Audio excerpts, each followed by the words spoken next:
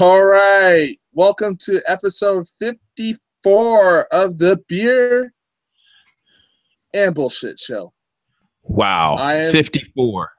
54 episodes. Can you believe that shit, James Vab? Woo, incredible. It just think about this time we were around episode 2021, right before like Pork Fest and shit. So we've come a long way in this show. So many fine beers, so much fine bullshit. It's incredible. I still need to, I still need to make a list of all the beers over the episodes that we've had on the show. Yeah, I'm sure there's. I'm assuming there's probably been at least 100. At least 100. Are you minimum. kidding me? Oh, I'd say it's 500. You think 500? Well, we get some repeats, but let's think about it. If there's usually four hosts, four beer and or bullshit experts drinking at least 2 beers each, right? That's like 8 beers per show. Okay, so now not counting repeats because sometimes we come back to some favorites, but that still gives the possibility of 8 times 54, right? So we're well over the the 400 range. So yeah, I'd say 350 to 500 is, I'd say, reasonable. You may be right. But maybe, we could get one of like our super fans to go back, watch all 54 shows in a marathon session and write down every beer included. And technically that's the beers that we've announced on the show. We're not talking about beers that we've had, that we've opened up and not announced. That's correct. You know what? But we probably, how about this going forward? And this would be on you to do. But maybe what we should do is make a note in the show notes of every beer that's consumed, that's announced, right? Just so when we go back, we have sort of we can build the history as we go for the next 154 shows. It'll make it easier for the archivist to, because in the future historians are going to be reviewing this material for historical purposes, right? They're going to want to know, like, well, what kind of beers were they drinking in 2015? Like, what was important? And they're going to be looking for experts, and of course, they'll come to the Beer and Bullshit Show as the leading authorities on beer and bullshit. I mean, we are the largest philosophical discussion on the internet about beer and bullshit. So I think it behooves us for the historical record to be as well documented as possible. Yes. Document.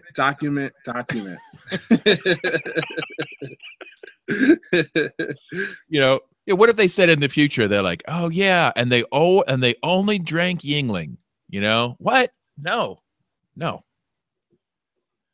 not true. In fact, I think we've only had one guest that has had Yuengling on the show, and I think that was Derek J. Freeman. He had a Yuengling on the show? I think he did.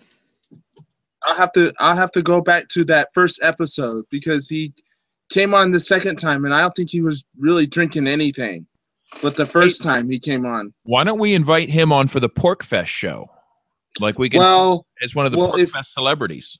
Well, if you can get a really good connection, that's something we need to discuss.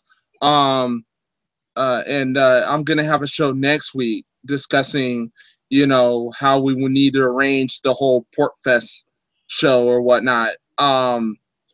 Because I know I know Pat wants to be on. I know if we can rope in Kristen and get some of the beer drinkers at Pork Fest to come on the show too.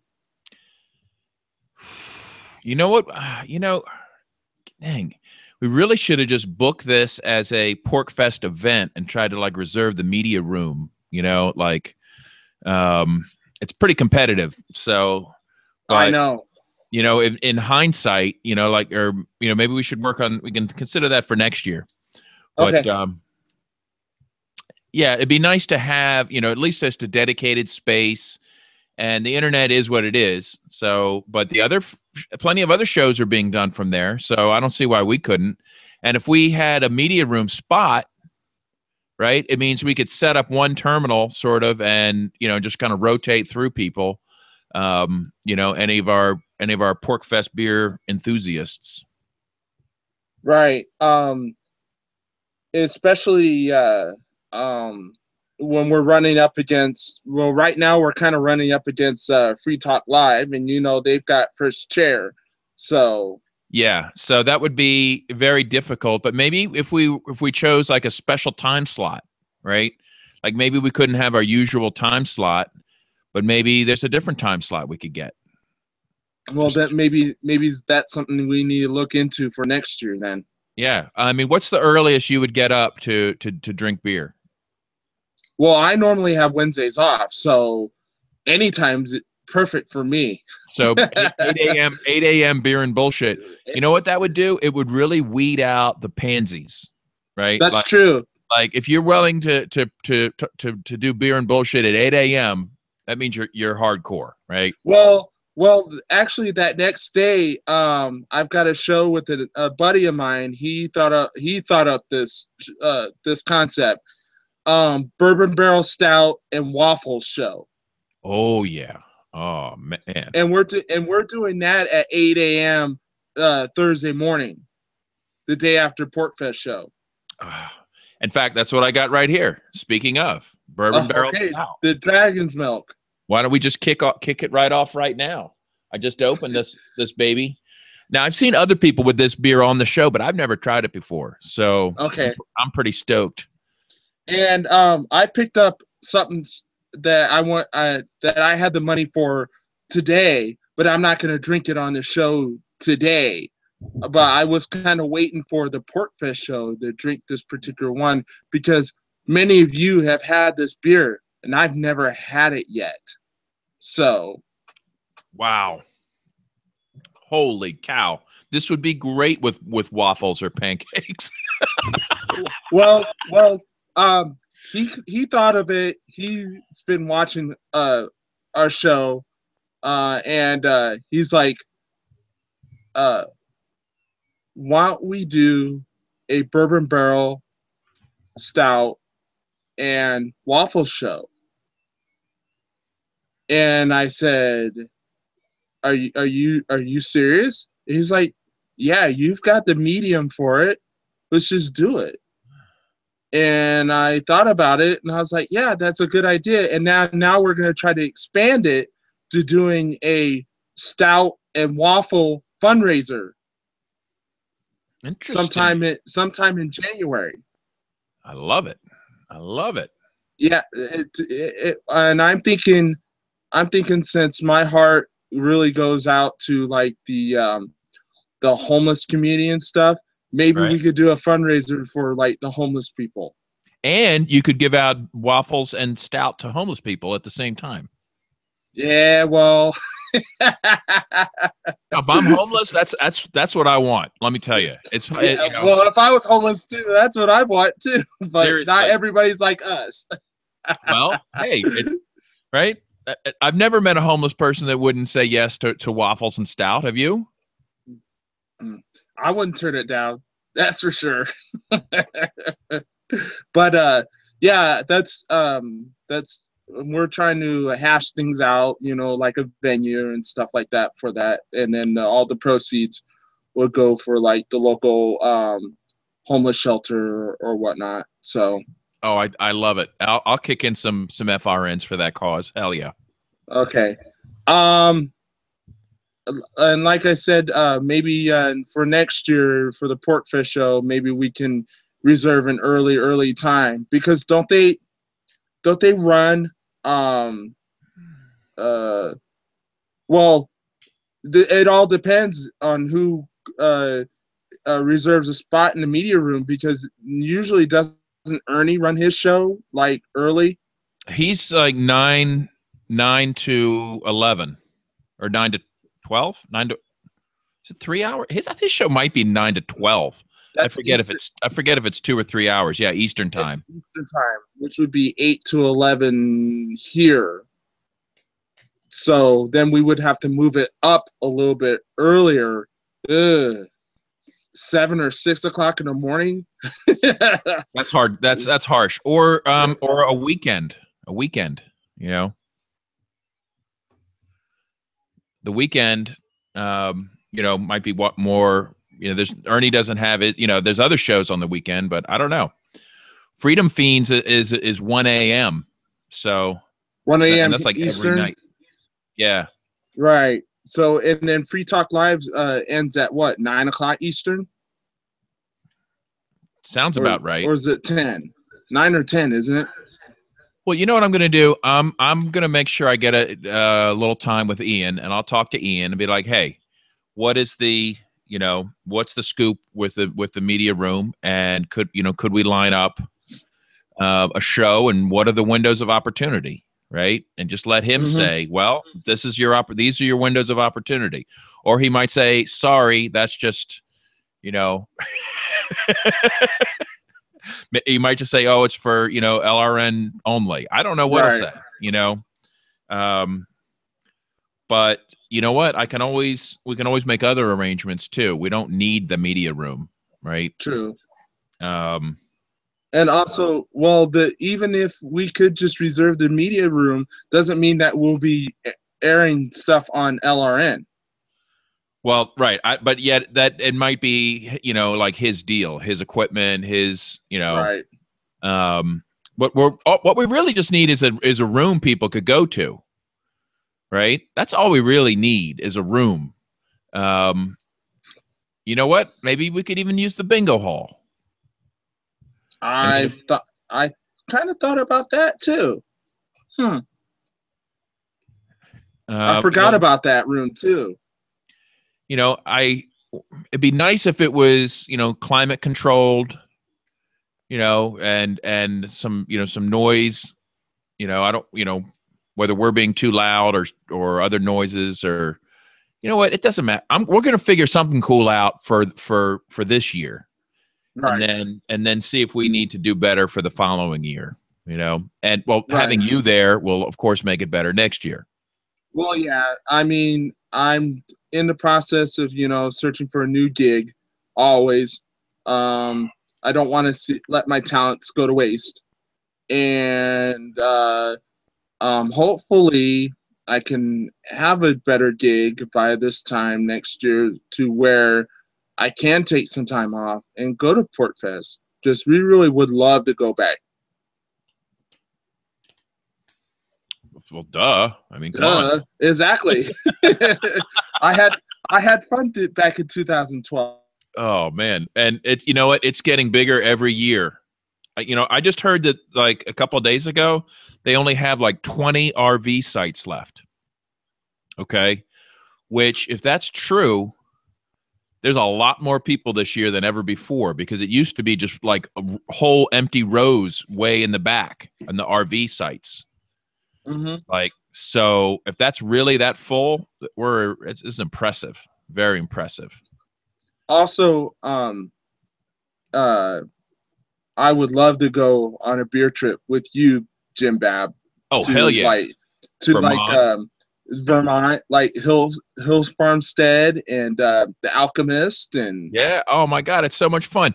Well, my plan is to hit Vermont on Saturday right before PorcFest. Okay. And then I'm going to hit Hill Farmstead on Saturday.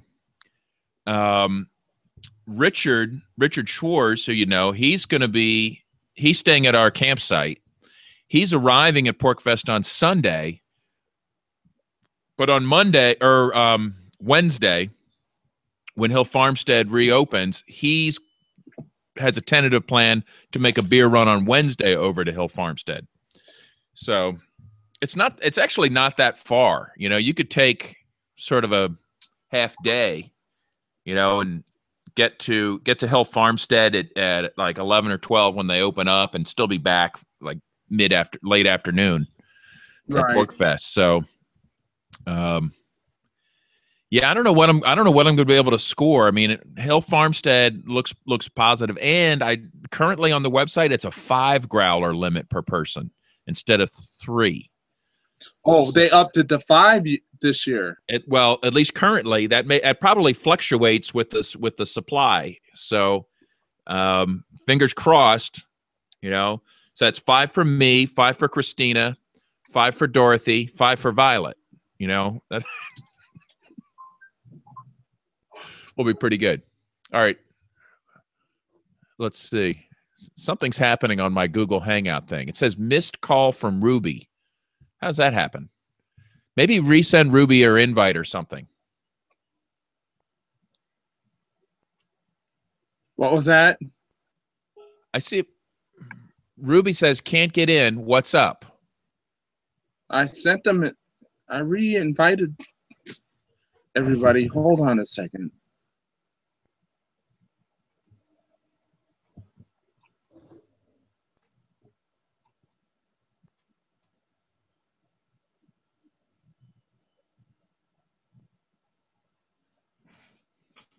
I just sent her a message. Let her know.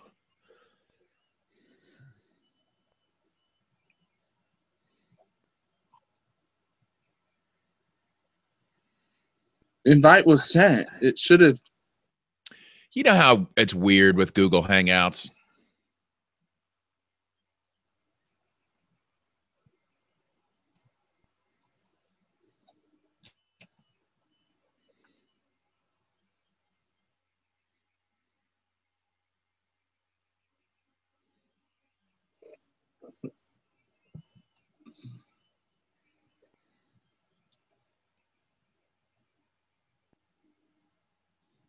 I wonder what happens if I copy my own link and send it to her.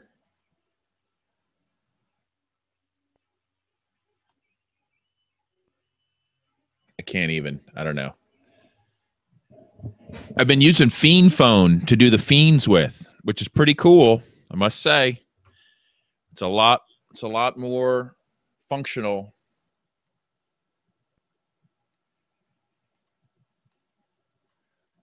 than Google Hangouts. So maybe I don't know if that's how it would be, but what if we had Fiend Phone handling audio and we did just Google Hangouts sort of in parallel, right, to capture video? So even if when Google Hangouts freaks out, we still people are still the audio is still covered.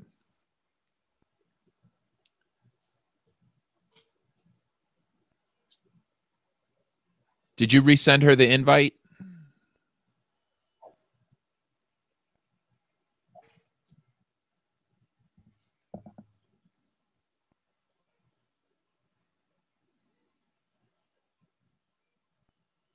There we go. All right. There we go. Nick. Hello? Nick. What's up? How's it going? Great. Where's Ruby? She is still putting away groceries from us walking in. Last minute beer run? Didn't even make it to get beer. Well, Uh-oh. I'm sure you still have something around the house. I've got a good beer tonight.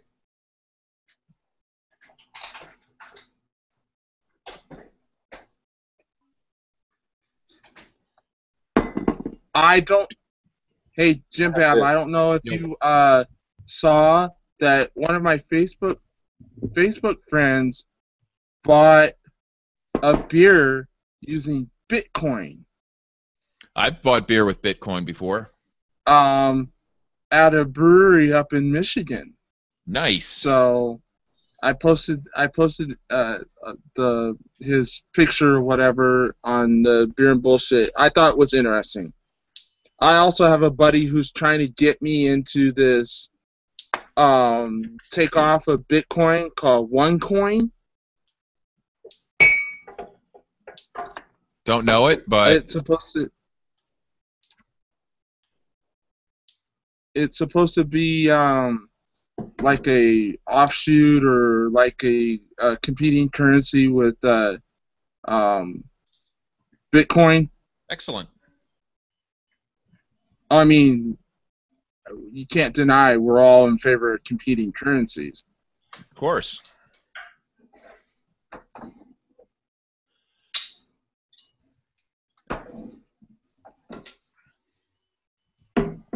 He's trying to get me on board, and I'm like, I don't have like all this extra money sitting around, just throwing it into something. So, Well, I wouldn't throw it in as a speculative investment, and if it was any more than like $10,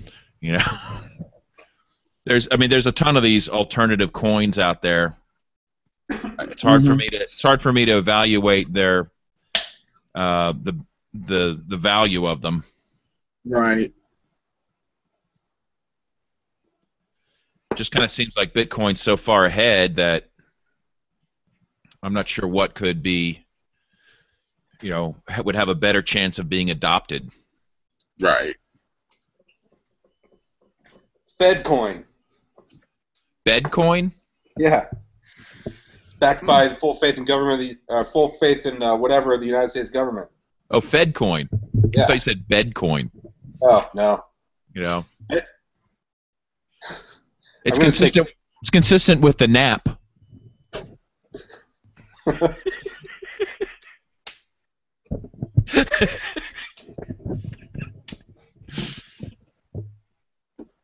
What are you drinking, Nick? Crankshaft. Crankshaft. It's a Kolsch from Metropolitan.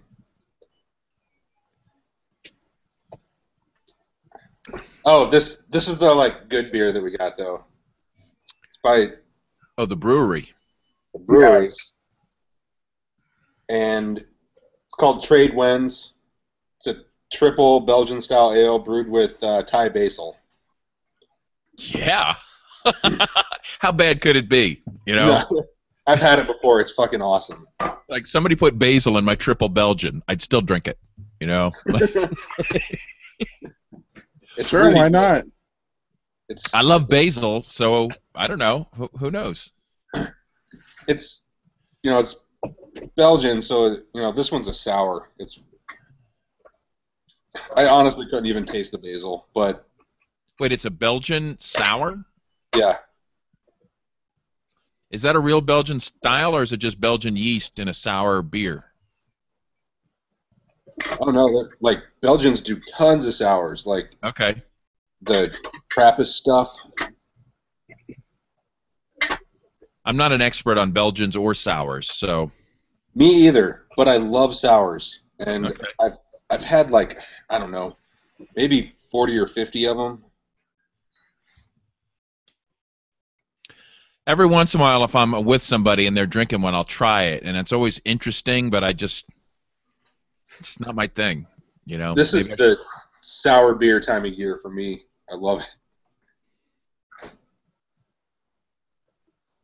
So I'm just opening up the Introvert IPA by Left Hand. Left Hand. What kind of IPA is Introvert? It's a session IPA.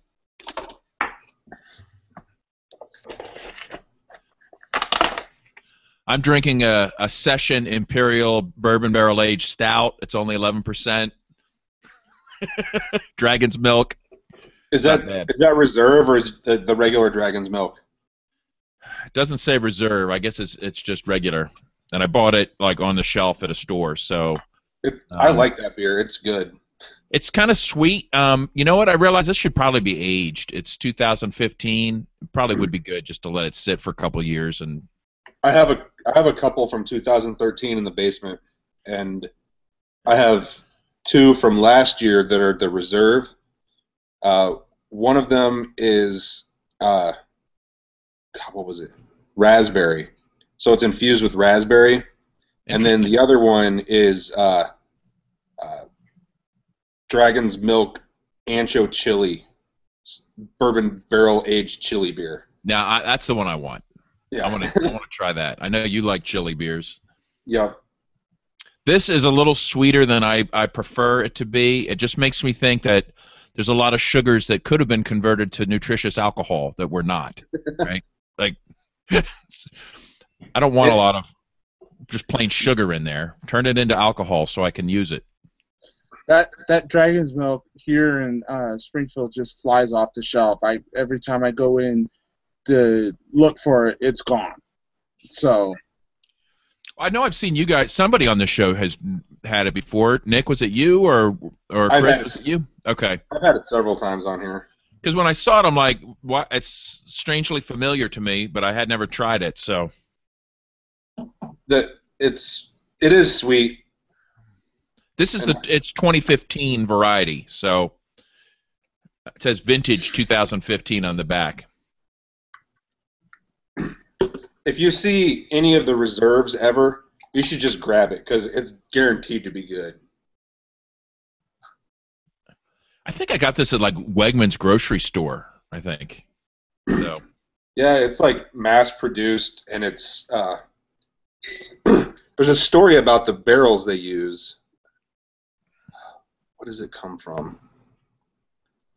Well, whatever. When it's done aging bourbon, when it's done aging Dragon's Milk, they turn around and age bourbon in the bourbon barrel aged beer barrel, and then they sell whiskey that's like aged in beer barrels. It's interesting. This is the age of recycling and reusing, and why not? Well, you know what? If bourbon barrel aged beer is a hit, why not beer barrel aged bourbon? I mean, whatever.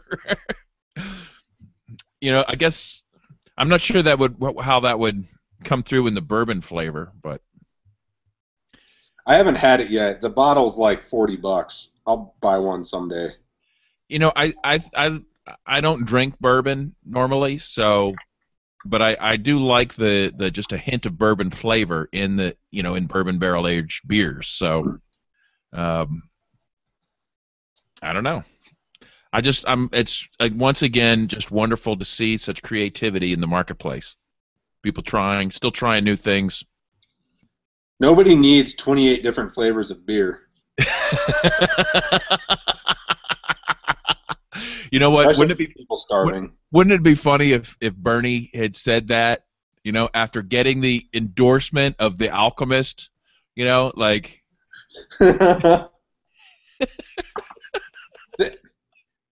They just have to be they're just dumb. The Alchemist? Yeah. Well, they're good at brewing beer. You know what? I'll just leave it at that. Guys, Alchemist, I know you monitor the show, okay? So let's just take a moment and speak directly to The Alchemist, okay? We love you for the beer that you brew. Just keep doing that. Don't stop to learn economics, okay? It's cool, all right? Don't worry about it. Just keep making beer, and if you want to be a commie, whatever, okay? I'll still buy your beer. We'll still engage in capitalism together. If you want to pretend you're a commie, continue, knock yourself out. Don't stop brewing beer to learn economics, okay? There you go.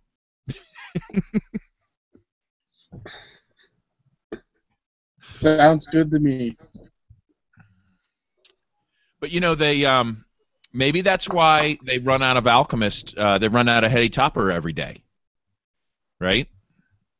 Because with communism, there's always shortages, right? Like, it makes them feel legit. They're like, people have to wait in line to get bread, or only in this case, yeah, they got all these liquid bread lines all over. Yeah, exactly. They're like, yeah, this is the way Lenin and Stalin wanted it. To stand in line and buy your $100 case of beer.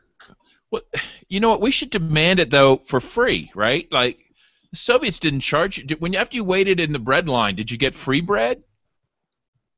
I think I don't know, but didn't they have like stamps?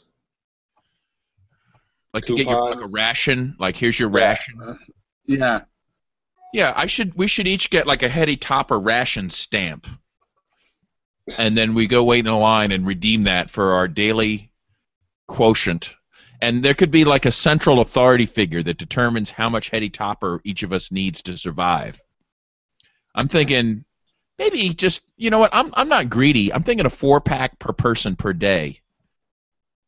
That might work. You know, one for breakfast, one for lunch, one for dinner, one for before bed. So, There you go. Jim, when you go up to the Northeast in a couple weeks, I've said this last year, but there was a beer called Larry, and it was just in a green can, and it just said Larry on it, and it was incredible double IPA. It was so good. Who's the brewer? Because I'm having a flashback to our conversation, or I've had it, but I think maybe I'm just remembering your previous recommendation. Let me grab a pen. Hold on.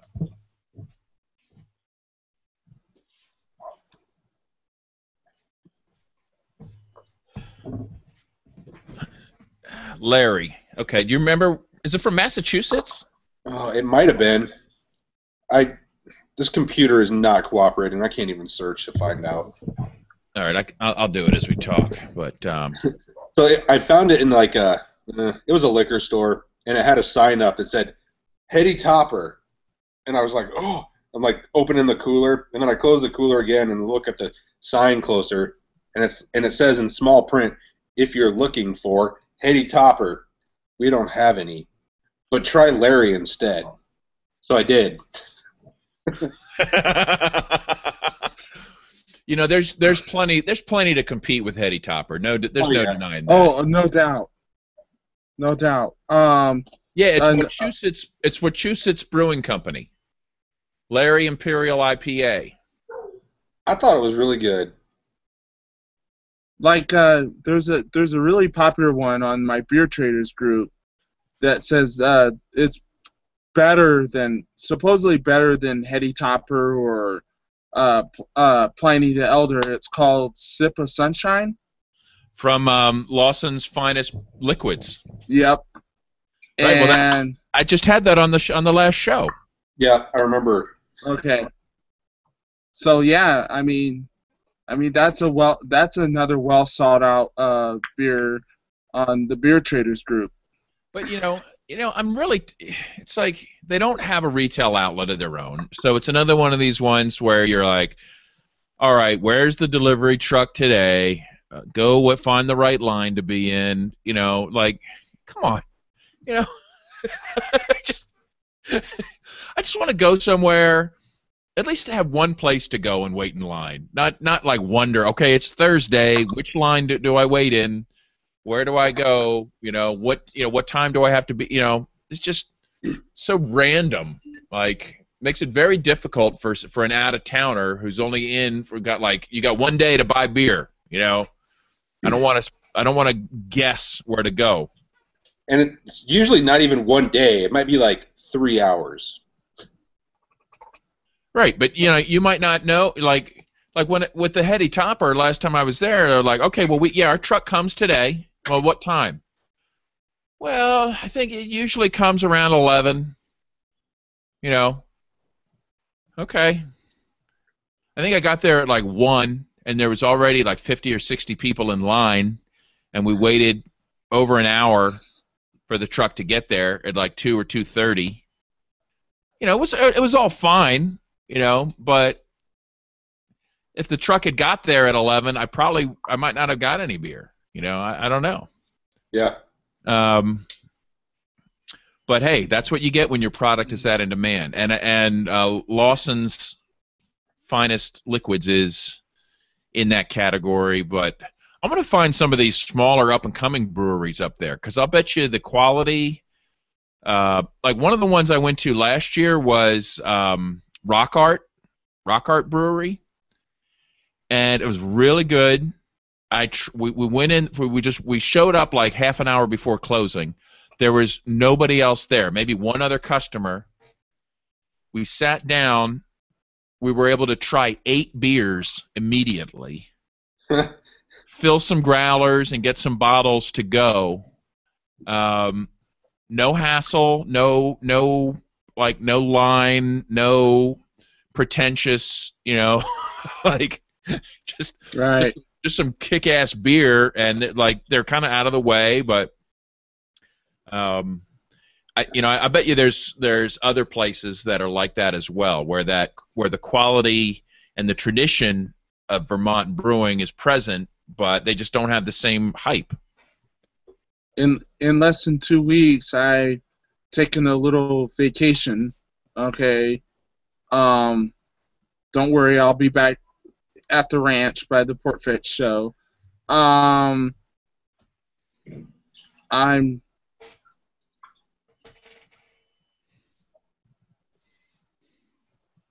going to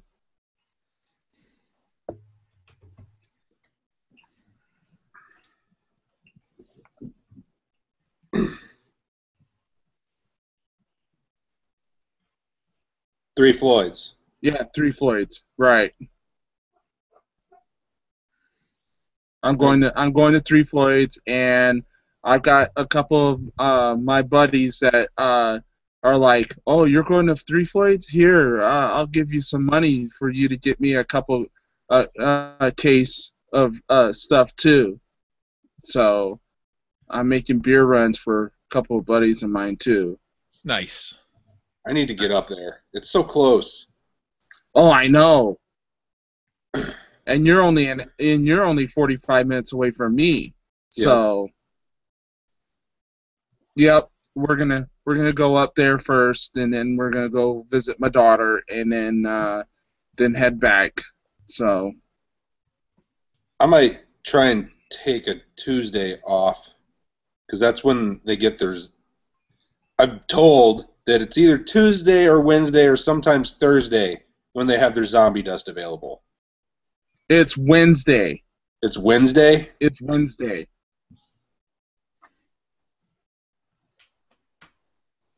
Hey, if somebody wanted to get me some zombie dust, I've never tried it before. I hear it's okay. It's the best pale ale. There's no doubt. Really? Yeah. At least to me, like, it tastes dank. It's almost like you're drinking weed. It's weird. That sounds terrible, but it's really good. I was saying, you know what? That sounds outstanding. I have no problem with anything you have said. Well, I'm going up. It tastes dank. Yeah? Can I have some? I'm going up on a Monday, and I'm going to call ahead to see what they've got available.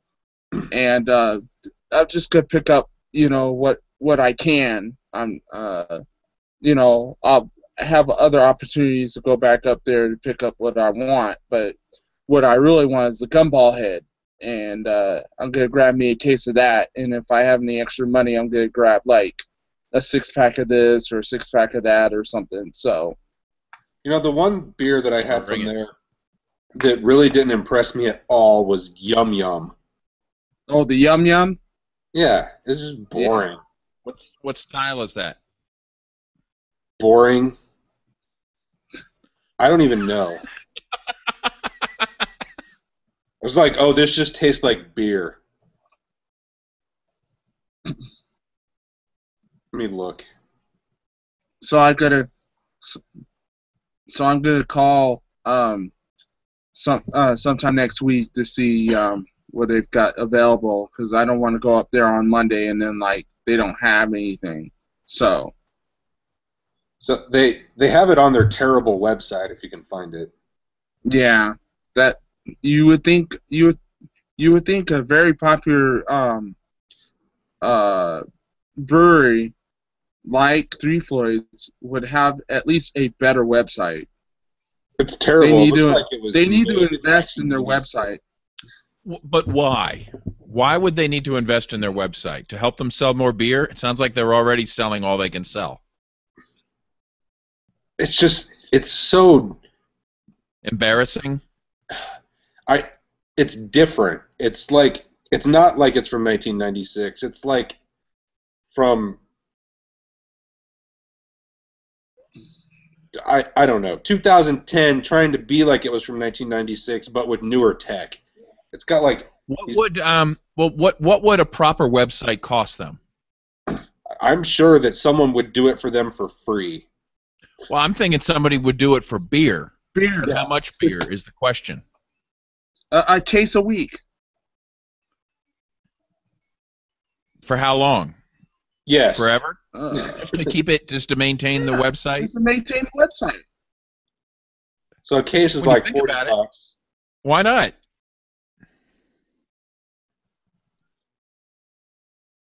I know I would.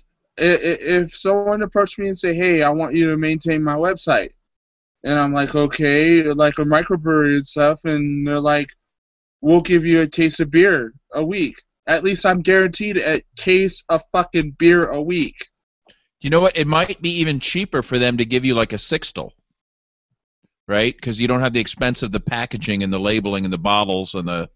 I don't know. I don't know where the profits are in beer, but you know, let's face it. What is a you know, for $10 worth of beer probably costs them $1. Well, actually, I have a buddy who works at a microbrewery here in Springfield, and for every $4 pint they sell, Nick, we ate there. Yeah. They make $3.60 per pint. Is that what they're selling on tap, right? Yeah, on tap. Right. Yeah, well, exactly. That's like it's like selling like fountain soda. You know, is a huge markup. For the waitress, you're paying for the guy the refrigerator to keep it cold, the person that unloaded it, the person that maintains the tap. Like, you know, the actual cost of a keg of beer is probably nothing. So yeah, if I was a brewer, I would definitely be up to some barters. Problem is, the real beer enthusiasts are probably really crappy web developers. You know. Also, really it's illegal. So that's more reason to do it. Well, let's just put the word out, because let's face it, you know, we've got our finger on the pulse of the beer community. If you're a web developer out there, you need to contact that brewery right now and make them an offer. Say, look, I'm going to give you a kick-ass website, and all I need is this much beer, right? Right? Because I think every brewery deserves to have a good website, just for the benefit of the beer consumers who want to go to a website. They want to see what's current. They want maybe some details on their beers before they're buying, right? They want to know where to buy.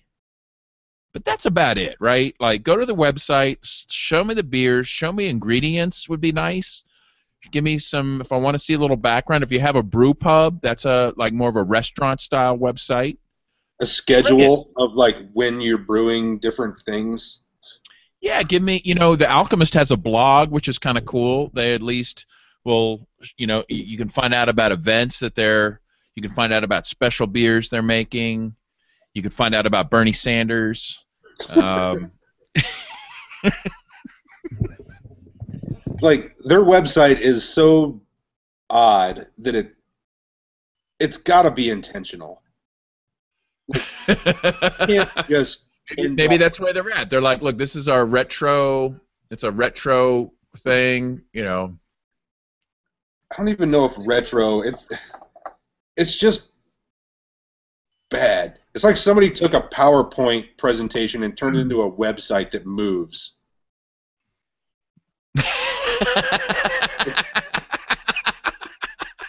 No, more than that. Somebody took a satanic PowerPoint presentation. That's what.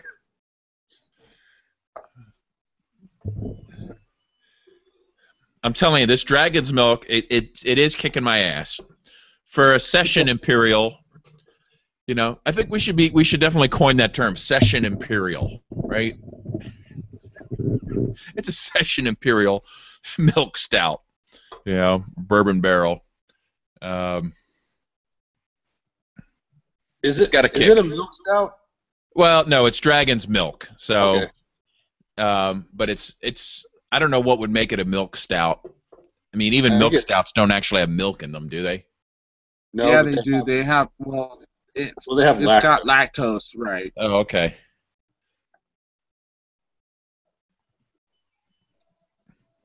I want to show you. I made a campaign poster for Bernie. I'm going to share that with you so you can enjoy that. Oh,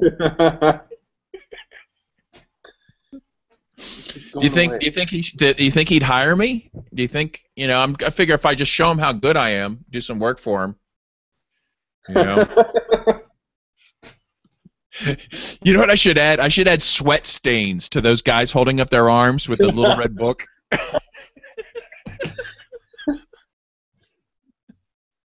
yeah. I saw that.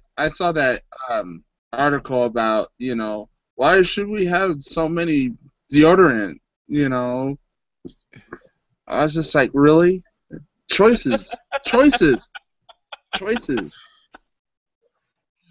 Ridiculous. Not every person could, have the same deodorant, There's kids starving. Think of the children. Think of the children when you're browsing deodorants. For God's sakes, the children. So I used the same deodorant for 20 years. And then all of a sudden last year, and when I say deodorant, I mean antiperspirant, because that's just, I don't know, maybe it's a Midwest thing. We just call it deodorant. But I mean antiperspirant.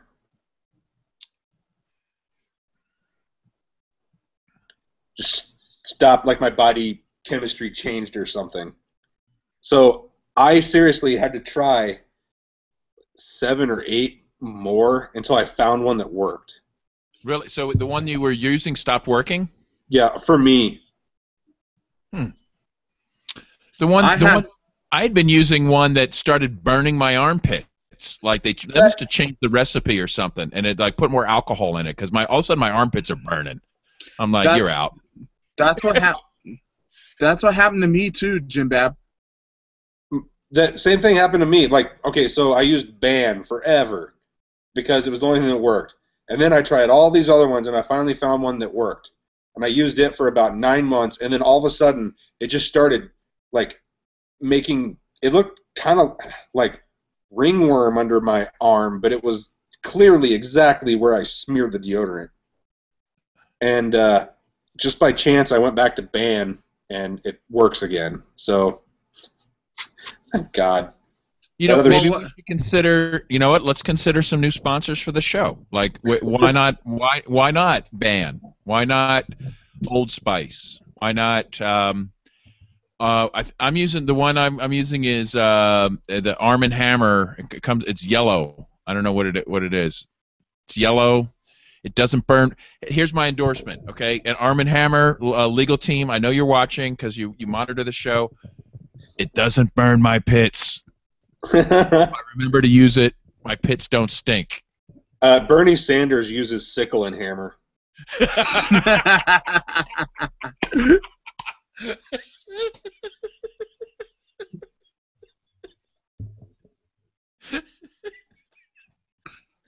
Poor Bernie. God.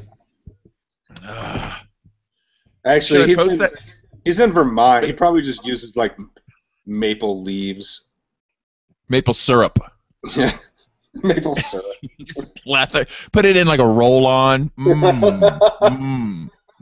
Slather that on. God. Ugh. What happened with me was that I used to use the just the flaky deodorant, and it was just burning my underarms. So I went to the gel, and it's a lot more effective, and it doesn't hurt, when I use deodorant. So I've been using the gel for the last about 12, 13 years now. So I tried some of the Toms, like You know, whatever like the granola people use. I The swear fluoride free stuff. it's like tree sap. It is tree sap. It's like sticky, and I'm like, really? Like Tom's of Maine, the stuff that something doesn't like have that. fluoride It's in like, it. like really, you know, really. I mean, it is like you went out and like are spreading tree sap on your armpit hair. Like that feels great. You know, thanks. And Tom's of Maine, if you're listening, I will retract that statement for a sponsorship deal. So I do have, you know, suddenly I will love it if you want to sponsor the show. Just so you know. Somebody has had to have looked up how many different types of maple syrup are in Vermont. There's got to be hundreds.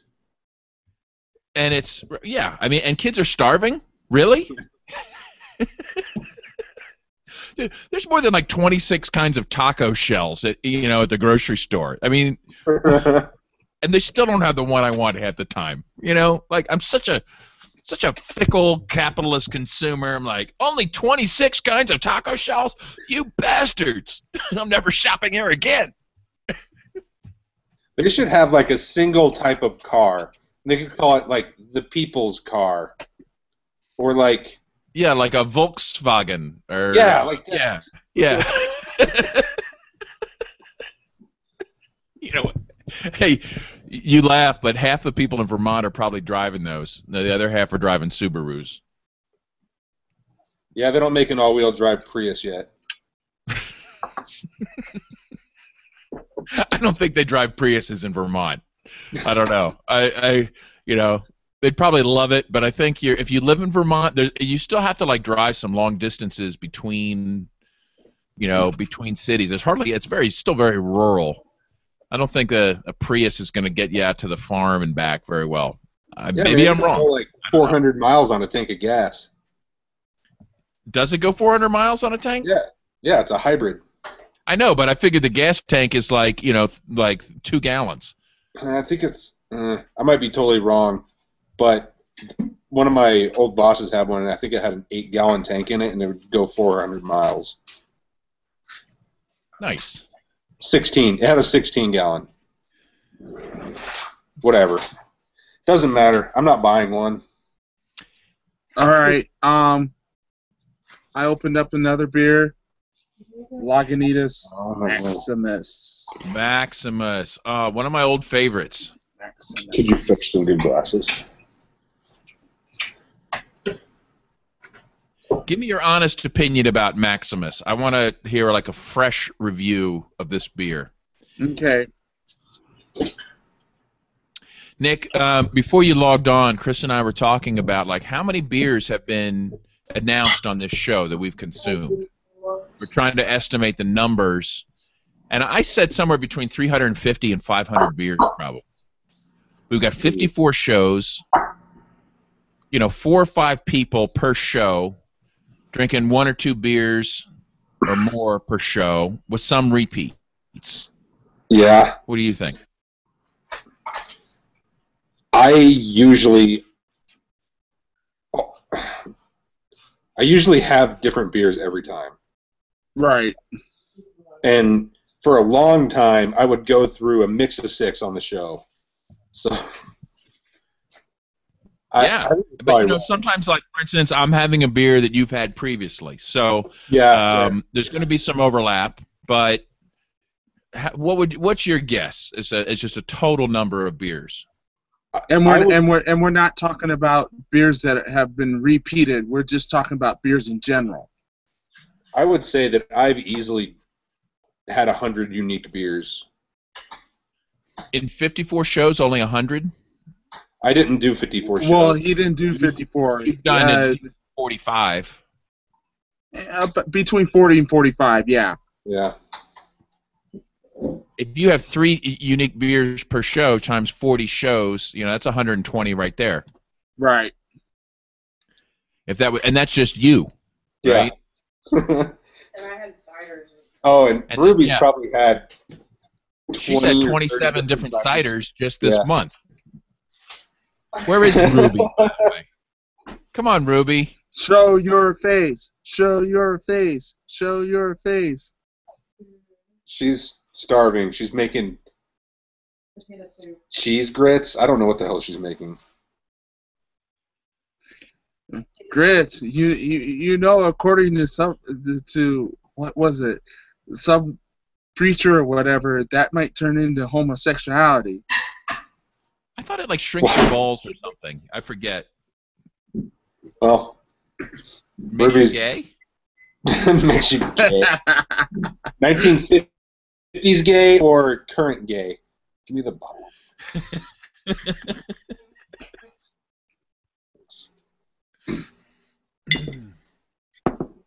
I poured that Maximus aggressively, so I'm letting it All right. simmer down a little bit. So, you know, I'm giving thumbs up to Dragon's Milk, by the way. High Gravity series from New Holland. Didn't bother to age it because I can't wait that long. All right, we're gonna pour this Belgian. That's the triple Belgian with basil. Yep. Yeah. Thai basil. And it's a sour. Yeah. Yes. It's a sour triple Belgian with basil. All right. That's a lot of competing flavors in there. Really curious to see how those balance out. You know what? I think Pizza Boy needs to come out with a basil themed beer. I saw Ruby. I saw a little bit of Ruby over there. Hi.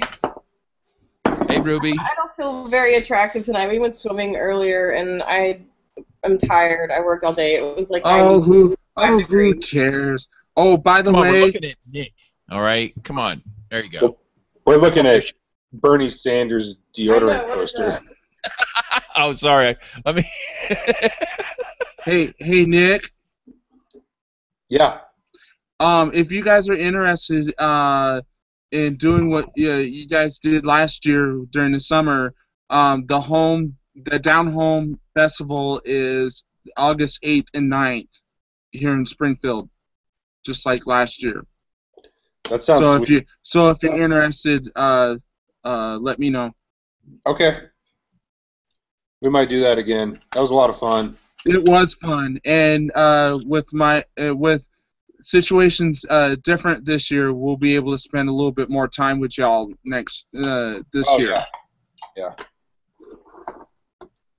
So this beer is actually doesn't taste as sour as I remember it. It doesn't taste as sour. It's still really good though. It's definitely got that. It's definitely a little bit sour. I don't taste the basil.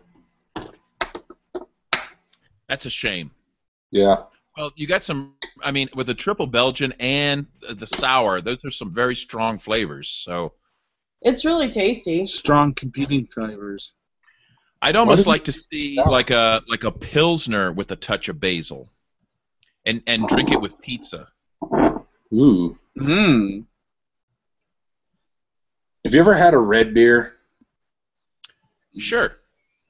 With I tomato don't know juice? what makes it red, but I drink them. Oh. It's like with tomato juice in it, or clamato. I've never had that. That's disgusting. That's absolutely wrong. Nick loves them. I do. I love them. Well, maybe I spoke too soon. I guess I'm opposed to it in concept, and I've never actually tried it, so maybe I should be more open-minded. Should I be, or is it just something that you think's disgusting, but you happen to like anyway? I understand that people wouldn't like it. Like, that's fine. I think it's delicious. Would you recommend that I try it? If you go somewhere and they're going to make it, don't get one out of a can. That's disgusting. Those are gross. Right. Oh, okay. So how would somebody make it? Like with a Pilsner and tomato juice, not V8. Okay. So like a plain tomato juice. Actually, the way to do it is with some clamato. Clamato? Yeah, but if that just like turns your stomach or something, then tomato juice is fine. But most people drink it with Budweiser, right? Yeah. It's a good way to drink Budweiser. I'm going to say, pass. Sorry, but, you know what? If I have some tomato juice, I could make a Bloody Mary. Okay? So now you have to say, why would I want to waste that tomato juice mixing it with crap beer when I could mix it with vodka and put some Tabasco in there and enjoy it? You can put that in it also. I used to know a gal when I used to live in Colorado who used to come in every night and drink tomato juice and Coors Light. Jeez. Seriously? Yes. Are you stoned? Yes. Dude. I just made potato soup. I don't know what the hell your problem is. She had leftover mashed potatoes, and she made soup out of it. Mm-hmm. I don't understand what the problem is. It's He's pretty like, good. It is. He's like, oh, like I wanted to be gross because she's over there eating something she made up, but it's actually delicious. Good for you. What the hell? It's just potatoes. It's good. I know. You can't really screw up potatoes.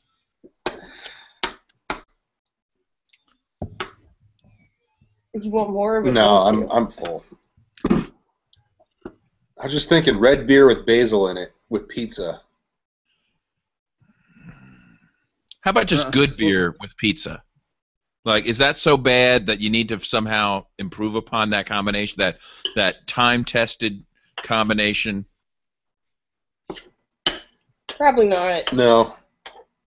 Why mess with perfection? And Yeah, but- and Nick, when you're talking about red beer, is that like an amber or just? Red beer is tomato juice and beer to me.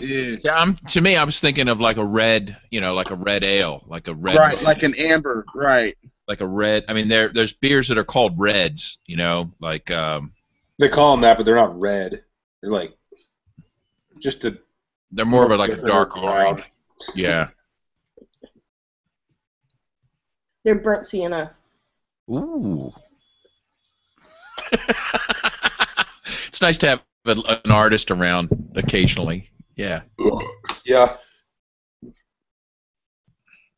How is the artwork coming, Ruby? Doing some good artwork lately? I've been doing a lot of gardening lately. That's what's been going on. Gardening. My wife too. We have So- giant garden, and it's. Are you guys growing weed? Nope. You don't have to say yes on the show. If you tell you what, don't say anything. Don't say anything. Just There's so much weed. We had to cover it with like that weed block fabric because no matter what I do, it just keeps coming back. It's like this freaking crabgrass and this clover. it probably means you have good soil. It's full of clay. Speaking of being careful what you say, I'm sure you guys followed that story about Judge Catherine Forrest getting her feelings hurt about some anonymous comments on the Reason blog. Yes. Insane. Just for our listeners that don't know, Judge Forrest is the wood chipper deserving bitch that that sentenced Ross Ulbricht, the free market champion, to beyond life in prison and $183 million in fines. And on the Reason blog, some people expressed displeasure with this, suggesting that perhaps a wood chipper would be appropriate for her. Honestly, I have a disagreement. Okay, I really don't think that's appropriate, a wood chipper, because that would be really hard to clean up afterwards. Okay, so what I'm just thinking is a tall bridge. I don't know, bury her alive. It would be ecologically sound to just put her in a hole and dump dirt on her head. I'm not saying I would do that, but I'm just saying that if somebody said it should be done, I wouldn't necessarily argue with them. I don't know. What do you guys think? Well, Jim Bab, wouldn't that be waste of good soil? I mean, you might as well just bury her in I don't know, in a dump or something. Landfill. A landfill. Yeah. You know what? That's where trash goes, right? Take out the trash. Right. And pour alligators on her. No, listen. I No, love no, no. I Poor like alligators. Okay, I would never want them to be subjected to something so rancid and nasty. Okay, she's not fit for alligators. Wow. That's saying a lot, because, man, alligators will eat some gross shit. Oh, I know. They'll eat virtually any organic matter that comes near their jaws, right? Yeah, and the stinkier the better. Like, I mean, yeah, 3-day-old dead chicken, good. 2-week-old dead chicken, excellent. So. Some skank bitch judge from New York, that's just going a little far. I don't want to get in trouble with the SPCA, okay? So, Justice Department, I know you're monitoring this, okay? And I know you're really interested in anonymous comments, but this isn't anonymous. My name is Jim Babb, and fuck that bitch, okay? Fuck her. Somebody wants to shove her head into a wood chipper, I'm not going to stop them. So, end rant. Thank you. You know what's kind of funny is that the police would not be obligated to stop anyone doing that either. Because they have no duty to protect.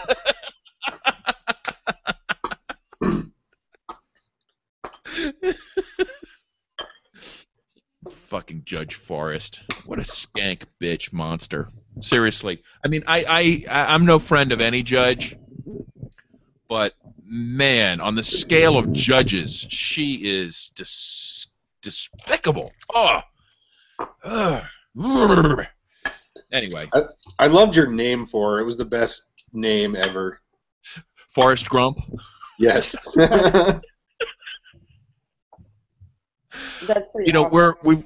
We're trying to figure out what kind of actions are appropriate over the next few years where she needs to experience some consequences for her actions. And, I'm not a violent person. I would never put her into a wood chipper.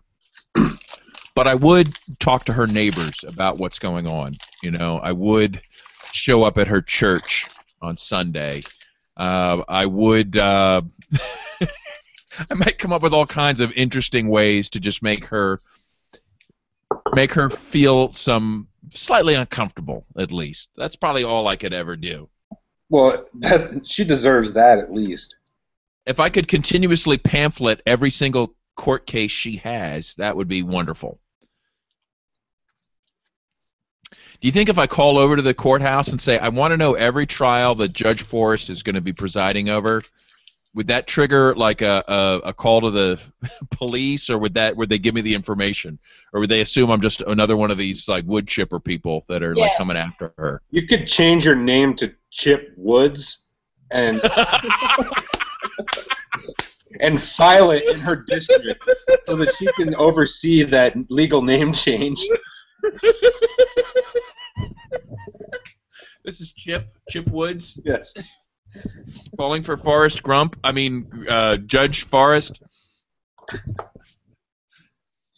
What a skank. I'm going to be seeing, I expect to see Lynn Albrecht at PorcFest. I think she's speaking again, so. Yeah, Let's go. It breaks my heart.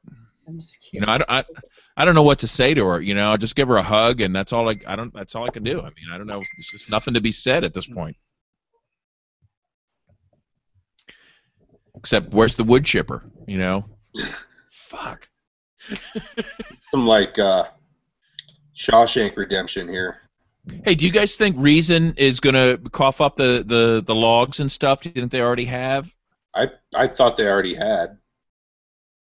I'm assuming they are, but man, think about what kind of clout they could get if they decided to like dig in and fight hard to maintain the privacy of their readers. I think they should dig in and fight for the readers. I mean, they're supposedly a libertarian publication, right? I know this could literally like put them on the map. I mean, and outside of libertarian circles, nobody knows who Reason is, right? True. If they fought this battle, a lot of people could find out who they are, and they could be respected across the left and the right. If they showed some courage, I don't know what's at stake. A grand jury subpoena is, it's kind of mandatory that you show up, right? Like, whoever shows up and says, no, I'm not going to tell you, could go to jail, like on the spot, I think. I'm not a legal expert, but... they could get Charlie Shrem or Roger Ver's robot. Ooh. Have you seen that? They have a robot? Well, you know, it's kind of like it's like a Segway that moves itself around and it has a camera and a screen on it. Oh, okay. I've seen those, yeah. Because Roger, I don't even know how to say his last name, Ver, whatever, Bitcoin Jesus, he can't get back into the country because he gave up his citizenship and now they won't let him in because of some stupid loophole to keep him out. Keep it that way, Roger. I know Roger's a big fan of the show, so Roger, seriously, you know, I don't have to tell you. You know what to do. You got as far as you are by having great instincts, by being smart, by staying the fuck out of this hellish country. Okay? Keep it that way. I don't want another like genius locked away. Fuck that. Be strong outside the country. Thank you, Roger. There we go. Doing a lot of ranting here. The other day, I was like, what the hell happened to the bit drop? Yeah, good question. Remember, we gave them the beer and bullshit bump. I know. Yes, we did. Like, I sent some Bitcoin. We need to bring her back on. I entered some sweepstakes, and that's just gone. I didn't get a yacht. Nobody did. I think we need to get her back on here for some accountability, some beer and bullshit accountability. Sarah what happened Blinko? to the bit drop? Yeah, she could explain it. I'm sure there's a good explanation. And this is my prediction, is the fact that, like, I never really understood where the Bitcoin was coming from. Did you guys understand that? I thought Coinapult was giving it. It was going to be a lot of Bitcoin. Okay, so Coinapult has that kind of money? I don't know. Yeah. And then there was something else that, like, a partnership with the Dominican government. Dominican, yeah. Okay. Right. Again, all right. That's a recipe for some kind of bullshit, right?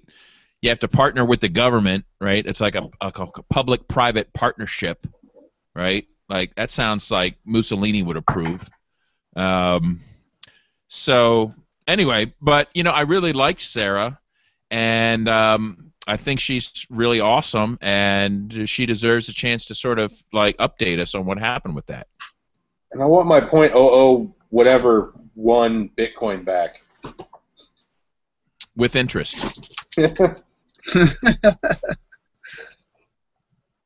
Hey, did you guys hear that I won Ernie's raffle for the Ghost Gunner machine? Ernie had a raffle? Yeah, it was a fundraiser for Larkin Rose's like broken down car, and he got Cody to like give him a deal, I think, on a Ghost Gunner machine, and he raffled it off, and I bought one raffle ticket and then frickin' won. I haven't received delivery yet, but supposedly I'll be receiving a Ghost Gunner desktop CNC milling machine capable of making a AR-15 lower receiver. So do you put an 80% in and you get 100% out, or does it start from a block of billet? I think you need an 80%. That's my understanding. I'm not I'm sure once I have it and use it, not that I would be using it due to certain legal conditions, but let's just say hypothetically if I were to use it, then I would know more. It's a shame I'll never be able to use it due to... Never? Well... Let's just say never that I'd be able to talk about on an internet show. So are you allowed to let friends use it? I could sell it to a friend. Like, hey, I don't know what you're going to do with it. Here. For like 3 hours, and then they could sell it back to you? Presumably. I'm looking into the legal ramifications. A friend of mine has a gun club, and I might end up selling it to him so his membership can have access to it, or transfer it into a trust. I want to make it widely available, and of course, those people that claim authority would not like it to be widely available. So the exact strategy is unconfirmed, but needless to say, the solution will be people making a lot of undocumented AR-15s. At least that's the goal. Do you know what the retail on one of those is?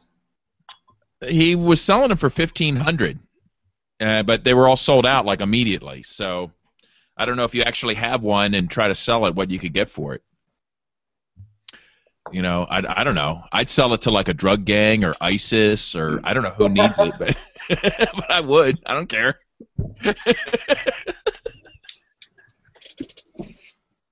Does anybody have any contacts with the Mexican drug cartels? I know it would be tough to compete with Eric Holder, but I'd be willing to give it a try.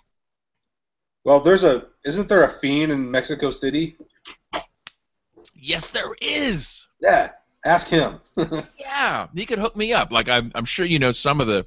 Look, you're a libertarian. You must know some of the drug culture people. Put me in touch with some of the cartels, and let's see if we can do some gun running. Right? This would be a great show for the Justice Department to get a hold of, wouldn't it? Well, they won't have to subpoena anything because it's live. I know. Think about it, though. They're like, well, let's see. He said, yeah, okay, mentioned Judge Forrest deserves a wood chipper. Actually, said Judge Forrest isn't good enough for a wood chipper. Or the Gators.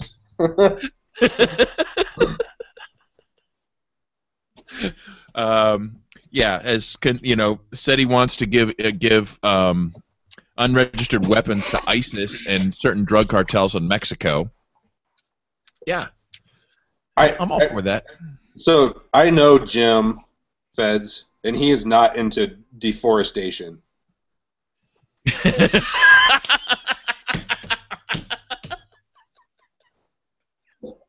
It depends on how many R's are in the forest. You know, there's got to be some more jokes in there, like, I don't know, can't see the forest for the trees, or I don't know. Forest chipper.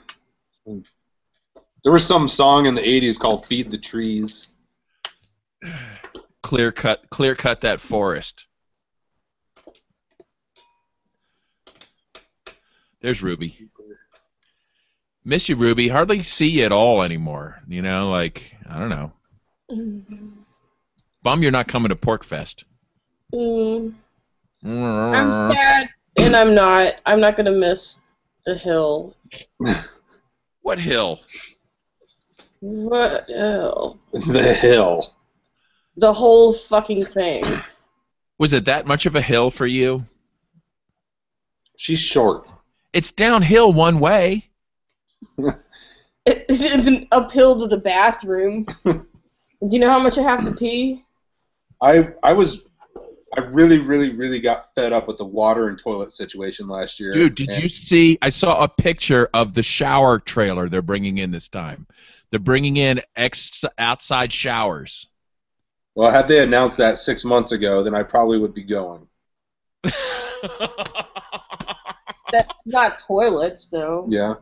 Hey, listen, Nick and Ruby, I'm going to just throw this out to you. I have a hotel room at the Cabot for Friday and Saturday night. It was intended to be our sort of refuge when Rogers goes to hell. Okay, like we have a place to retreat to. If you guys show up, I will give you that hotel room for Friday and Saturday night. All you have to do is get there. Damn.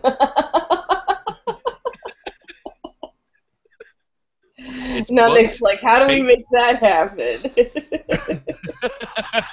And it is all yours if you show up. Now that I know that I have a shower possibility. Listen, on our guess who we got on the Babb compound this year? Okay, in addition to the Babb family, we've got Richard Schwartz, who you know, Ed Clifford, who I don't know if you remember Ed Clifford. We've got Bart Frazier and Scott McPherson from FFF. Do you know those guys? I don't.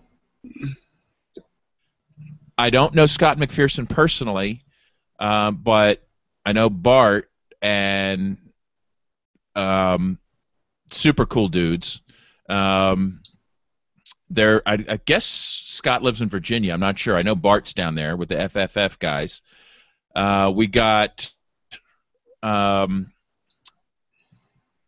Steve LaBianca from old school libertarian from Florida. He's like an LP guy who like is actually libertarian, so he's always butting heads with the LP. He's like my kind of LP guy, somebody that's like always at war with the LP. Star Child. Exactly. Not as cool. He's hey, I love Steve. He's not as cool as Star Child, but I don't think even he would argue with that assessment. But he's a solid dude. Ken Krawchuk and his wife Bert from up here are going to also. Anyway, we're cramming in all these people on our site on the back compound. It's going to be very interesting. Did you guys hear Bernard von Noothaus is coming? I did. Yeah, and I get to take personal credit for that. He creeped all over Ruby last time we met him. Which one did? was he? Yes. Which one was he? Bernard was creeping on you? Yes. I'll kick his ass. At Libertopia. Remember he had like the money that he went to prison for, and Drew like traded him these. He was older, and he's got like a white beard, and he was very crass, and he had a really? pack. Yes. Oh man. Okay, I'm gonna get him kicked out now. I don't even remember. No, it's okay. I don't care. Which threatened. Which old freaky libertarian dude was creeping on me? Which one? Like, could you be more specific? Yeah, pretty much. Like, kind of that's exactly what was going through my head, Jim Bab. I was like, Like, okay, so he's an old libertarian, creepy dude. That narrows it down to like a couple dozen. Right. That's pretty funny. Anyway, but I had emailed him. I was like, hey, I hope you're getting off home detention. I knew it was about that time. I was like, hey, why don't you come out to PorkFest? He goes, well, I'd kind of like to, I'd like to if they could cover my expenses. So I just emailed Kristen and I said, hey, Bernard will come if he's, you can be covered. And she's like, here, I got $800 in a hotel. Boom. oh. Why don't I say, you know what? Ruby wants to come. All she needs is $800 in a hotel. Yeah, no shit. That's exactly like what it would cost. And if you have to tell Bernard that he's fired, so be it. I just showed a picture of Ruby, and she remembers now. Yeah. Okay. Is he seriously trouble? I mean, tell me now, because No. I'll kick his ass. He's just creepy, googly old dude. Like, he's probably gonna stare at Erica Nicole. I don't know if she's coming. Oh, She's not, because she fears for her safety. Oh, well, then he'll stare at somebody else. From like Ingrid? Because Ingrid? What is Ingrid going to do? Oh, God. Ingrid is scary, though. She really is. I think she has some substance issues, but I don't know any of these real personal details, nor do I want to know.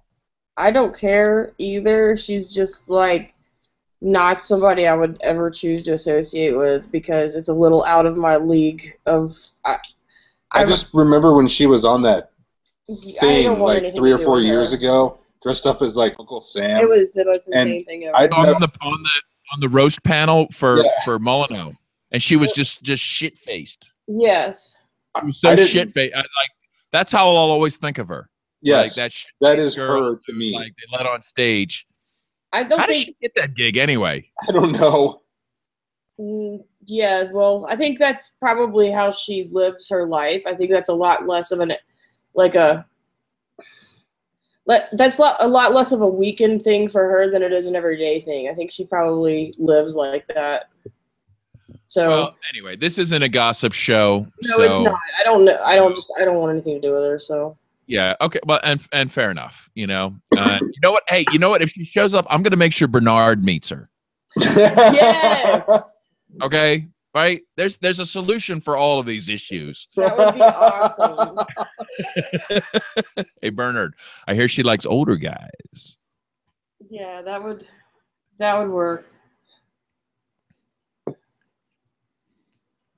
He does seem kind of like an old. I mean, my personal experience with him is very limited.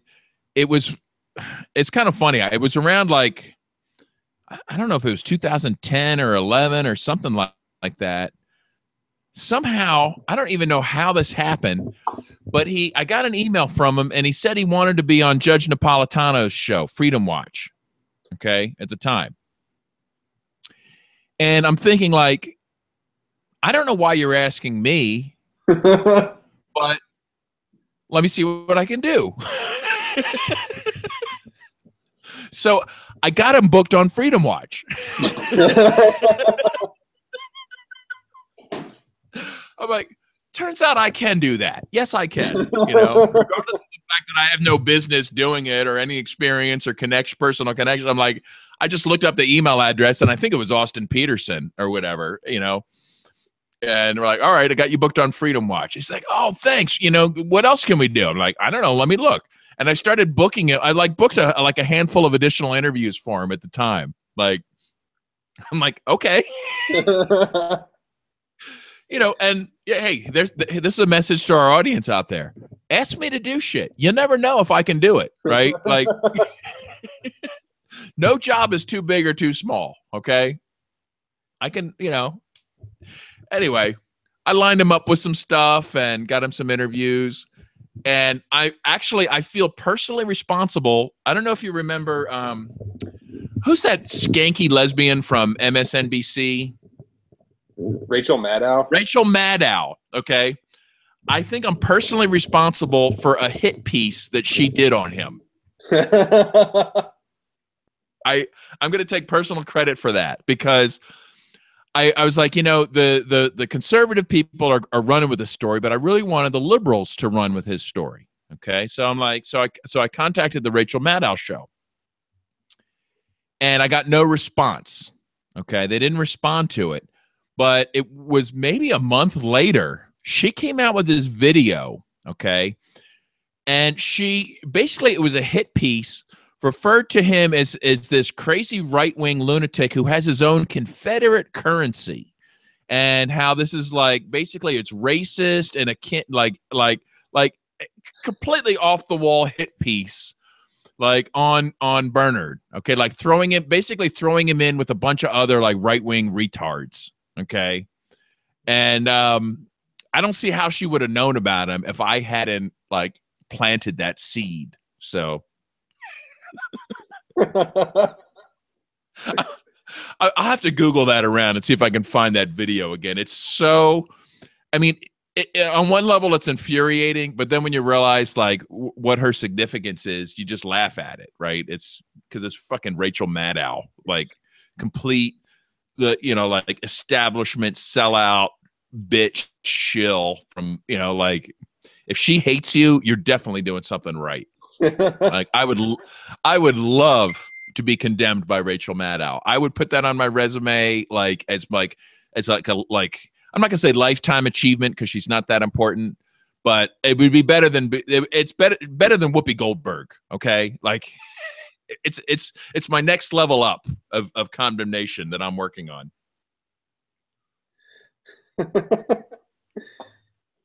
Fucking Rachel Maddow. What happened to